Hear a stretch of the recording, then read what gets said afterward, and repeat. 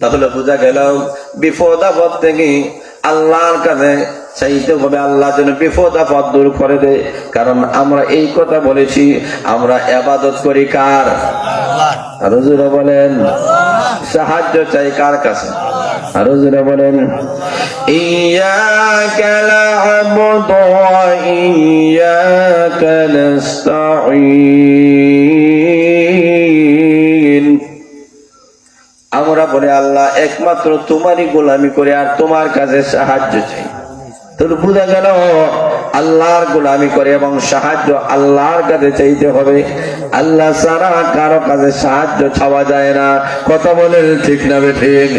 আল্লাহ রাব্বুল আলামিন বলেন মুসিবতের মধ্যে পড়ে আমি আহকামুল হাকিমের কাছে যদি দরখাস্ত করব, ও বান্দা বান্দিরা, আমি আল্লাহ তোমার দরখাস্ত কবুল মঞ্জুর করে নেব।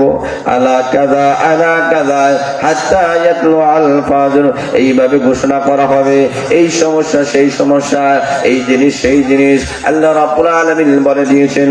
বান্দা বান্দিরা, টেনশন করার কোনো দরকার নাই, ঘাবড়াবার কোনো কারণ নাই। আমি আল্লাহর কাছে যাও, আমি আল্লাহ সকল বিপদ আপদ থেকে তোমাদেরকে উদ্ধার করব। এই কারণে আল্লাহ রাব্বুল আলামিন ঘোষণা করেছেন, আল্লাহ রাব্বুল আলামিনকে যারা ভয় করে, অতি জিন্দেগীর সমস্ত গুনার জন্য যারা তওবা করে, এখন আগে আমি গুনাহ করতাম, এখন আর গুনাহ করব না, আর নামাজ ছাড়ব না, আর তেলাওয়াত ছাড়ব না, আর মিথ্যা কথা বলব না, আর সুকুলকুনি করব না, গীবত করব না। কথা বলেন ঠিক না বেঠিক? আর 2 নম্বরে কাজ করব না। সব গুনার জন্য আল্লাহর কাছে যখন বান্দা আর বান্দারা যখন তওবা করে, কারণ আল্লাহ বলেছেন লা ইয়াগফিরুয যুনুবা ইল্লা আনতা, লা ইয়াগফিরুয যুনুবা ইল্লা আনতা। আল্লাহ ছাড়া কেউ গুনাহ মাফ করার মালিক নাই।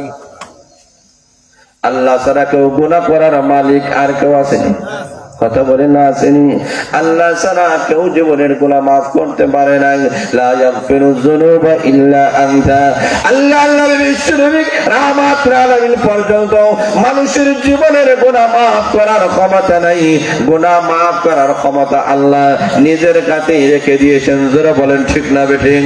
খলিফাতুল মুসলিমিন আমিরুল মুমিনিন ওমর রাদিয়াল্লাহু তাআলা দেখেন একটা যুবক কাঁদলে, এমন ভাবে কাঁদলে, কান্দন শুনে হযরত ওমর রাদিয়াল্লাহু তাআলা নিজের চোখের পানি আর সামলা রাখতে পারে না, চোখ থেকে জোরে জোরে পানি পালায়। আল্লাহ নবী যখন ঘর থেকে বাইরে হয়ে গেলেন, এমনি দেখায় দেখেন ওমর কান্দে। আল্লাহ রাসূল বলেন, ওমর রে, তুমি কেন কান্দো? কান্দার কারণ লাগে? হযরত ওমর বলেন ইয়া রাসূলুল্লাহ, ইয়া হাবিবাল্লাহ, আল্লাহর নবী গো, ওই যুবকটা কান্দে, এই কারণে আমি কান্দে। আল্লাহর নবী বলেন, ওমর, যুবক কেন কান্দে? আল্লাহ রাসূল সাল্লাল্লাহু আলাইহি ওয়াসাল্লাম যুবকের কাছে গিয়ে প্রশ্ন ছুড়ে ধরলেন, ওরে যুবক, তুমি কেন কাঁদো? এবার যুবক বলে, ইয়া রাসূলুল্লাহ, ইয়া হাবিবাল্লাহ, নবী গো, আমি গুনাহ করে ফেলেছি, অন্যায় করে ফেলেছি, এই কারণে আমি কাঁদি। কারণ আমাদের সমাজের মানুষগুলা দেখবেন, বাবা মারা গেলে কাঁদে, মা মারা গেলে কাঁদে, ছেলে মেয়ে মারা গেলে কাঁদে, কিন্তু গুনার জন্য কেউ কাঁদি না। আরো জোরে বলেন ঠিক না বেঠিক? আরো জোরে বলেন। কেউ যদি কান্দেন দেখেন, বুঝবেন কোন সমস্যা হয়েছে, তার দোকান চলছে অথবা ব্যবসা লস হয়েছে। জোরে বলেন ঠিক না বেঠিক?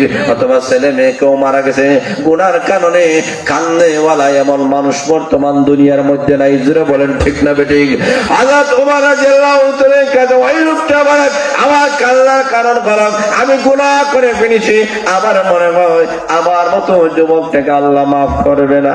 করে যুবক কেন কাঁদো? আল্লাহ রাসূল বলেন, যুবক, তুমি যেই গুনাহ করেছো ওই গুনাহ বড় না আল্লাহর জমিনটা বড়? না, আল্লাহর জমিনের চেয়ে আমার গুনাহটি বড়। তোমার গুনাহ বড় না আল্লাহর আকাশটা বড়? আকাশের চেয়ে আমার গুনাহটা বড়। তোমার গুনাহ বড় না মহান আল্লাহর আরশটা বড়? আল্লাহর আরশের চেয়ে আমার গুনাহ বড়। না তোমার গুনাহ বড় না মহান আল্লাহর দয়া মায়া রহমতটা বড়? এবার যুবক নিশ্চিন্ত হয়ে গেছে। ইয়া রাসূলুল্লাহ, ইয়া হাবিবাল্লাহ, রাসূলুল্লাহ, আল্লাহর নবী গো, আল্লাহর রহমতের চাইতে তো আমার গুনাহ বড় হতে পারে না, কারণ বান্দা যতই গুনাহ করে না কেন প্রত্যেকটা গুনাহ হলো সসীম, আল্লাহর দয়া মায়া হলো অসীম। জোরে বলেন ঠিক না বেঠিক? আল্লাহ বিশ্বনবী রাহমাতুল্লাহ বলেন, যুবক এমনকি তুমি অন্যায় করে ফেলেছো, অপরাধ করে ফেলেছো, আমার কাছে ব্যক্ত করো। এবারে যুবক বলে, ইয়া রাসূলুল্লাহ, ইয়া হাবিবাল্লাহ, নবী গো, এমন একটা গুনাহ করেছি আমার মনে হয় আল্লাহ মাফ করবে না। জোরে বলেন ঠিক না বেঠিক? একটু জোরে নারে দেন, নারে তাকবীর, দিন ইসলাম, দিন ইসলাম। শেখে কাতিয়ার আগমন, শেখে কাতিয়ার আগমন।